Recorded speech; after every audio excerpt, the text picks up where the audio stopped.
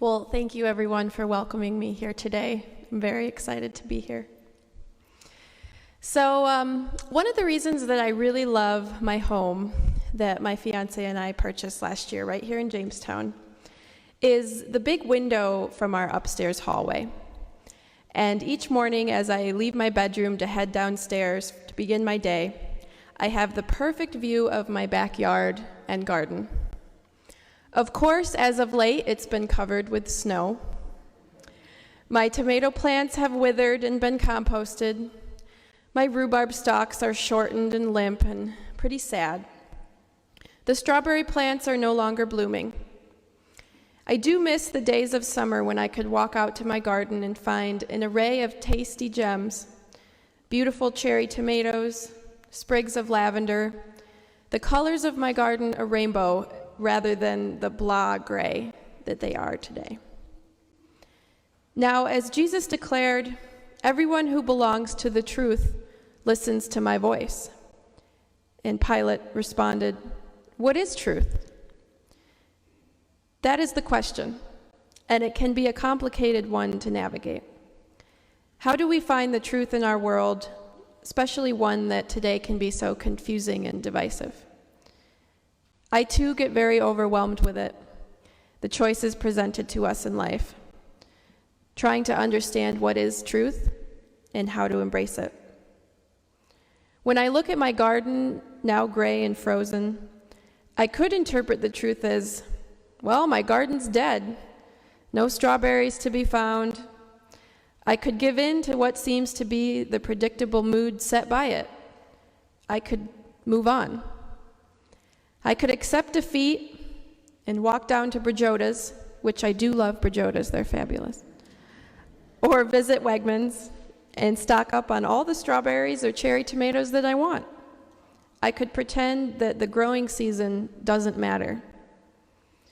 But where I have found truth as I can best understand it is in the earth. And right now the earth is frozen, slumbering in preparation of a new season. The truth of our Creator is one that I have easily found in our growing cycle. The truth in celebrating the end of the harvest, embracing gratitude for all that it has brought us this year,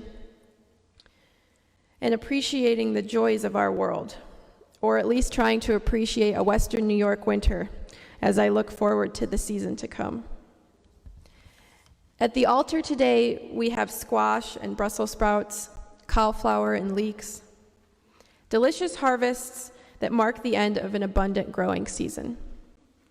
Much of this food can last us well into the depths of winter. The foods you do not see are the strawberries, or blueberries, or fresh greens, but there is a peace in that, the knowledge that we can enjoy these bounties once again come spring. And so while I look at my garden and see death, see an end, instead, I could simply embrace the joys of impermanence, a term shared with me by Reverend Luke, who I've come to greatly admire, and one that I couldn't ignore as I contemplated Harvest Sunday today. Our Western New York growing season is inherently impermanent. It is ever-changing and unpredictable. It is inconstant. It ends, but the truth is, it simply cycles. It will begin again. My rhubarb is asleep below the surface, ready to awaken come spring. My empty tomato beds will soon again be filled with vibrant plants come summer, some that I might not even have purposely put there. Those are my favorite, the volunteer tomatoes that sprout from the seeds swept by the wind. They're my favorite because I had no hand in their creation.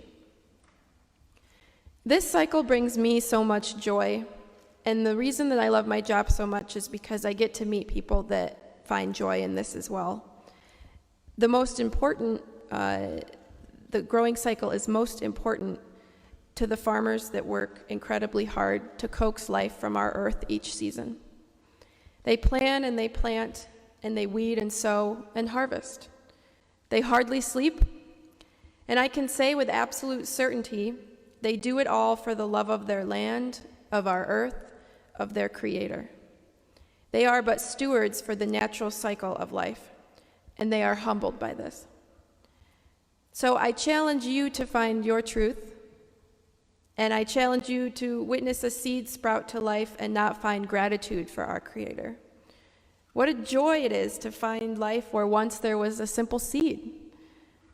Since taking the helm of the market, I have met many a farmer, gardener. I have met herbalists and salsa makers, community garden organizers, hydroponic farmers. The one thing that they have in common, as they do have in common with myself, our staff here at St. Luke's, our volunteers, our community members, our supporters, is an absolute love for the fruits of our earth. Each remain in awe of the truth they find in this experience. And I find such joy in introducing that awe to our community, as I know so many of our volunteers and supporters do as well. To the children like LSI, who visited us every week at Bush Elementary School, who didn't know that apples could be green in color. He would visit each week and ask us what was in season that week, and if he could have a sample. And when we gave him couscous and tomato salad, I asked him, well, what do you think? And he goes, well, I guess it's pretty good. To June, a customer at our Chautauqua Center mobile market stop, who at the age of 98 tried asparagus for the very first time. She would come back each week and ask us for a new recipe so that she could continue to try new things. The joy that we find at each public market, where we often must share with customers, sorry, no strawberries anymore, but did you know that black raspberries are in season? I have found nothing else in this life more truthful than the harvest. In 2021, our program serviced over 1,000 Jamestown community members. We were able to double the number of farmers that we provided space and resources. We continue to see their abundance thrive, and with that comes a thriving community, and I thank all of you. So the challenge is to find the truth in ourselves, and that may be easier said than done, but perhaps we can start with the truth in our food. We hold so much power. Can we take the time to show gratitude to the harvests that we enjoy? Shall we explore the beauty of eating seasonally, taking joy in the impermanence of the growing season?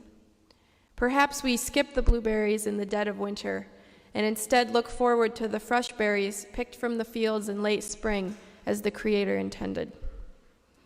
We can share this truth with others, our youth, our elders, our neighbors searching for a meal, our farmers seeking livelihood. I am here today not as a preacher in the traditional sense.